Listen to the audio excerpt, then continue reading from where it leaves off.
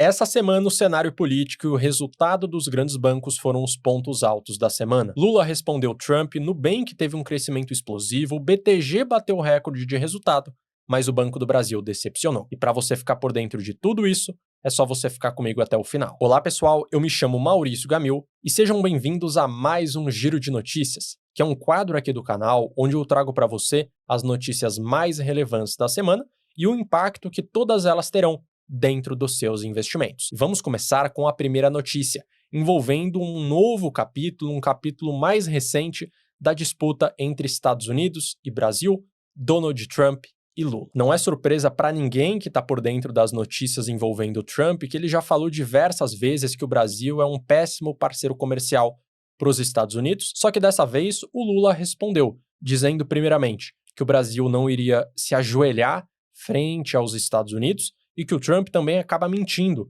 quando ele fala que o Brasil é um mau parceiro comercial. E temos dados, inclusive, muito objetivos que comprovam que sim, o Brasil é um bom parceiro comercial para os norte-americanos. O primeiro dado foi retirado do Ministério do Desenvolvimento, Indústria e Comércio, onde nós temos, primeiramente, que o Brasil tem um déficit, na verdade, na relação comercial com os Estados Unidos desde 2009, e pegando dados de 2024, do ano fechado, considerando produtos e serviços, o déficit foi superior a 28 bilhões de dólares. E o segundo dado foi retirado da Câmara Americana de Comércio para o Brasil, que informa que 48% das exportações dos Estados Unidos ao Brasil chegam sem imposto e 15% tem taxação, mas de apenas 2%.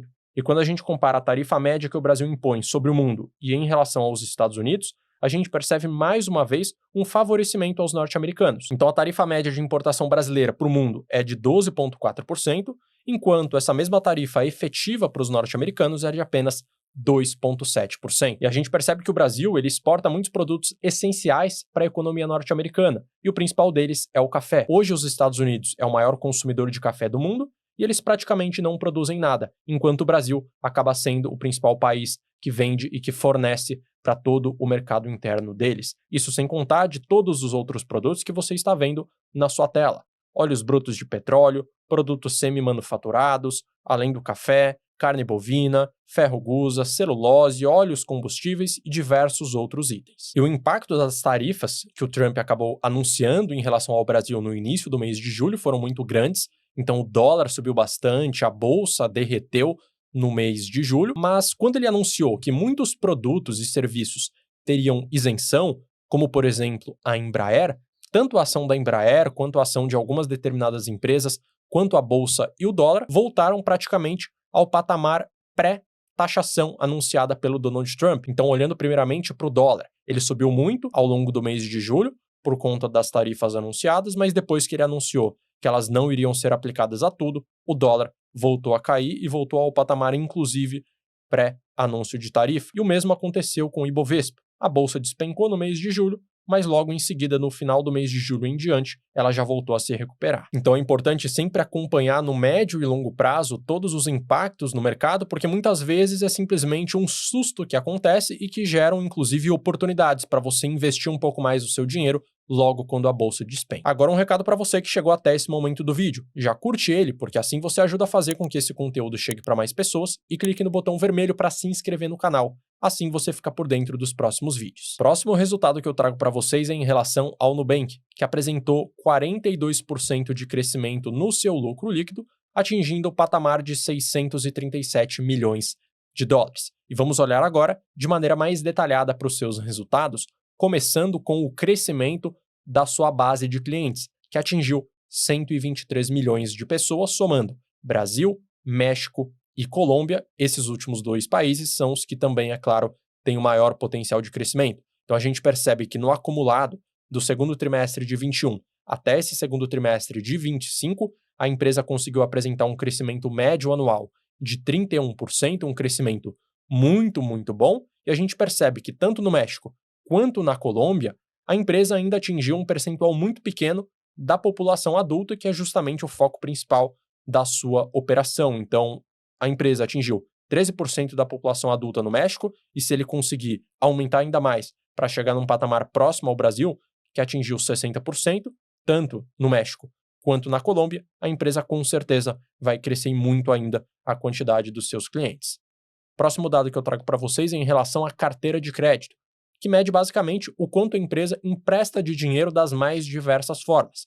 Nesse caso, considerando os empréstimos feitos via cartão de crédito, afinal de contas, o cartão de crédito é justamente um empréstimo, querendo ou não, empréstimos sem garantia e também empréstimos com garantia, e a gente percebe também nesse dado que a empresa conseguiu apresentar um crescimento muito significativo, principalmente nos empréstimos com e sem garantia, que cresceram num patamar muito maior do que o cartão de crédito, e é uma comprovação que o Nubank já está fazendo a transição para um banco tradicional. Afinal de contas, agora eles não dependem mais só das suas receitas vindas de serviços, algo que aconteceu muito em 2020, 21, 22, mas dali em diante a carteira de crédito da instituição não parou de crescer. Próximo dado que eu trago para vocês é em relação ao lucro líquido e ao ROI da companhia. O lucro líquido não tem nem muito o que falar, porque a empresa vem crescendo trimestre a trimestre de maneira consecutiva, atingindo no segundo trimestre de 25 um lucro de 637 milhões de dólares. E se a gente anualizar esse resultado em reais, a empresa tem um resultado por volta de 14, 15 bilhões de reais, chegando muito próximo às suas grandes concorrentes aqui do Brasil, Santander, Bradesco, Banco do Brasil e futuramente também o próprio Banco Itaú. E o indicador ROI também já está num patamar muito tranquilo, muito saudável, 28%, muito acima também das suas principais concorrentes. Então o resultado do Nubank foi excelente e não é à toa que as suas ações dispararam logo após a divulgação deles, como você pode estar vendo, uma alta de 9%. E é um tanto quanto interessante se recordar que quando o Nubank foi listado na Bolsa Americana, as suas ações despencaram logo em seguida, mas por conta da recorrência de resultados positivos, elas já voltaram a subir, superando inclusive o valor de mercado que ela tinha quando entrou primeiramente na Bolsa Americana. Próximo resultado que eu trago para vocês é em relação ao banco BTG Pactual, que também apresentou um crescimento muito significativo, uma alta de 42% no seu lucro líquido. Agora vamos olhar para os dados de maneira mais detalhada, começando com as receitas totais da companhia, que atingiu 8,3 bilhões nesse segundo trimestre. E comparando com o mesmo período do ano passado, nós temos uma alta de 38%, muito significativa. Próximo dado é a receita por segmento. Eu fiz questão de colocar todas essas informações porque é importante, principalmente quando olhamos empresas que têm diversas fontes de receita, é analisar segmento por segmento, porque não adianta nada ver o crescimento total da companhia se isso só acabou acontecendo por conta de um ou dois segmentos em específico. É interessante que a empresa consiga crescer em todas as suas linhas de negócio, e é algo que efetivamente aconteceu no caso do BTG Pactual, quando a gente compara sempre com o mesmo período do ano passado. Próximo dado que eu trago é em relação ao retorno sobre o patrimônio líquido anualizado médio da companhia. Então nós temos aqui um dado de 27,1% para esse segundo trimestre de 25, que foi um crescimento muito representativo em comparação aos outros dois dados. Então, nesse primeiro trimestre de 25, a empresa bateu 23%, no mesmo período do ano passado bateu 22,5%, então 27,1% é sim um resultado um tanto quanto surpreendente.